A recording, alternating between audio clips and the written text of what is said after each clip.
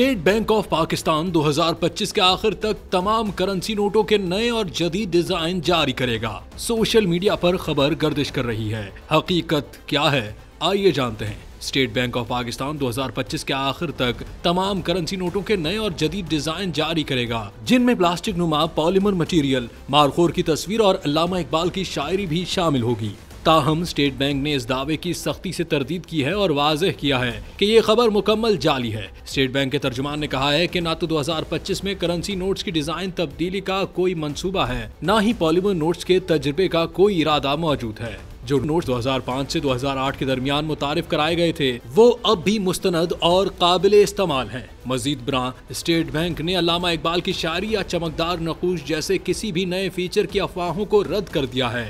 इस हवाले से गर्दिश करने वाली तमाम मालूमात झूठ पर मबनी है और आवाम को गुमराह करने की कोशिश है।